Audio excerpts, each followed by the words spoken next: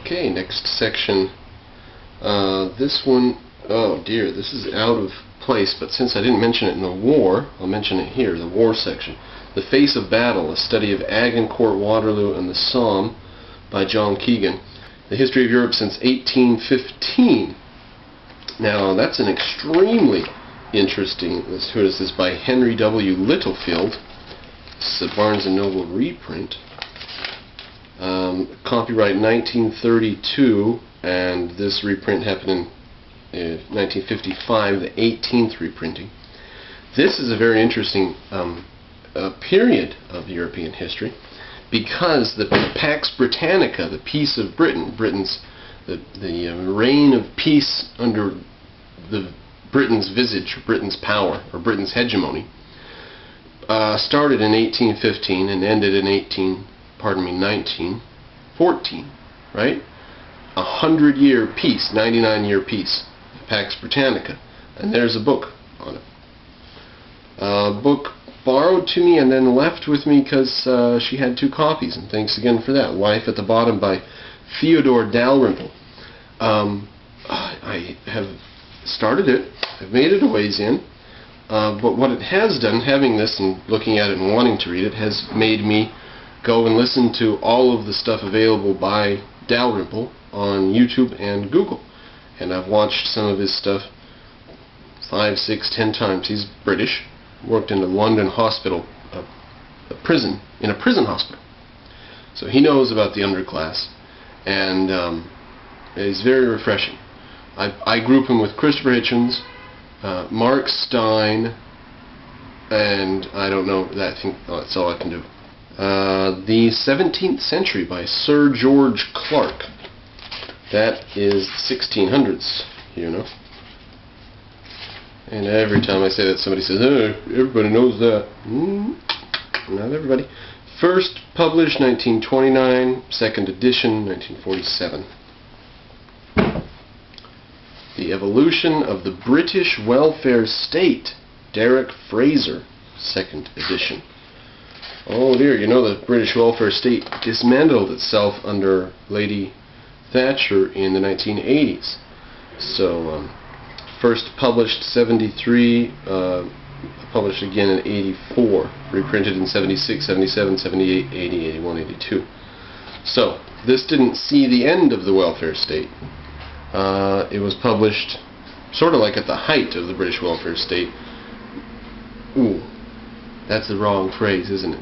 At the lowest point of the British welfare state, at the greatest development, the furthest reach of the British welfare state, which is the lowest point of that country's history. The Heritage of Spain. For $1? What? Get off my back. I have to have that. 1943, published during the war. Important enough that the U.S. government allowed it to be published during the war. This is extremely important. Adams, I think is the name. Nicholson B. Adams.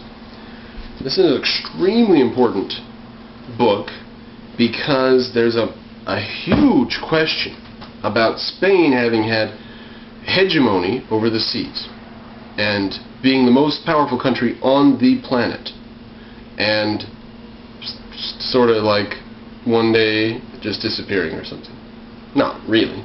It's actually when they tried to land in Britain with a whole bunch of ships and invade, and that just didn't go off well. The Spanish Armada. So, but here's the interesting thing. Britain sent people out around the world, and so did Spain. But Britain's people came back through history, bringing us Australia, and New Zealand, and South Africa, and India, and Canada, and the United States. There are 6 great democracies. What did Spain's progeny create? Nothing. Poverty. Socialism. Crap. So, interesting. How is it that Spain was so powerful and fell away so quickly, and all of her actions around the world were for naught? You may remember the Spanish paid for Columbus's adventure. So, that's an interesting book. It's an interesting subject. Politics in England by Richard Rose. For $1, I couldn't leave it behind. I don't even know what he's got to say. Published in 1965, republished in 74, 80, and 85. The Birth of Britain, A History of the English-Speaking Peoples, Volume 1, by Winston Spencer Churchill, with an introduction by Michael Frazzetto. This I purchased with a whole stack of, I think, 3 or 4 other books by Winston Churchill, because they were on sale after Christmas at Barnes & Noble. They were like 50% off or something. It's only $10 to begin with. Maybe it was like 25% off, but I said, Jesus, I have to have a bunch of stuff by Churchill. If I don't, I'll go crazy. A Concise History of Italy. Oh, that, by the way, shipped from Utah. Obviously, I bought it, paid full price, and didn't bring the other 3. I don't know. I told myself I have to read the other.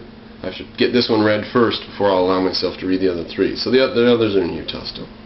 A Concise History of Italy by Luigi Salvatorelli. Published 1938, reprinted in 39. So, this will be interesting. It may be scholarly, or it may not. It may actually be full of fascist crap.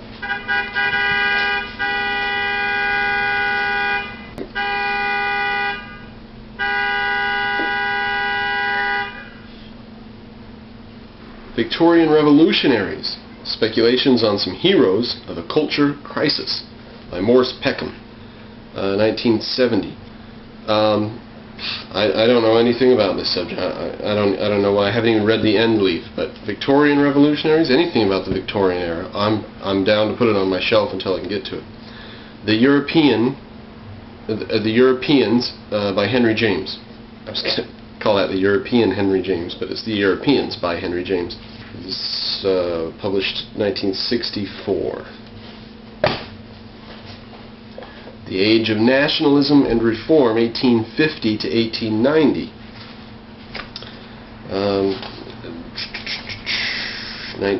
Published 1970. Interesting time period there. Whether this is about America or Europe. I think it is about Europe. The revolutions of 1848 swept away some of the foremost champions of international conservatism. So this is about the conglomeration and rise of German power, Germany. Beethoven's Letters, European history, maybe not the right place to put it, but what the hey. Published some time ago. It's in iffy shape. It's in 2 volumes. This is volume 1. I didn't get the other volume. And look, it's old enough. I don't see a publication date. It's old enough that it's got this picture of Beethoven in the front with this little, how they used to put paper over the picture, so it's that old.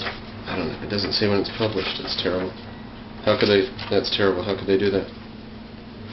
The Aristocrats, A Portrait of Britain's Nobility and Their Way of Life Today by Roy Perot, or Parrott, P-E-R-R-O-T-T. I know we have a guy named Perot in America with 1 T on the end, and it's silent, but I don't know what to do with 2 T's. Published in 1968, so that'll be interesting. Dissertations on British History, 1815 to 1914. I didn't read this title carefully enough, and for $1 a piece it's not too big of a mistake, but this is, it says in smaller print here, an index to British and American theses. This is a list of dissertations on Britain. Useless. But if I ever want to look up a dissertation on Britain anytime during Pax Britannica, those are the dissertations. Alright, Sociology by Stark. I didn't know where to put it. I don't know why it ended up in the British section. It really shouldn't have. I did not know where to put it. So, Sociology. Why would I put that in the British section? I don't recall my reasoning now. War in Valdorizia, an Italian war diary, 1943 to 44, by Iris Origo. This concludes our History of Europe section, but this one, of course, should probably be, again, in the war section. Another gray line.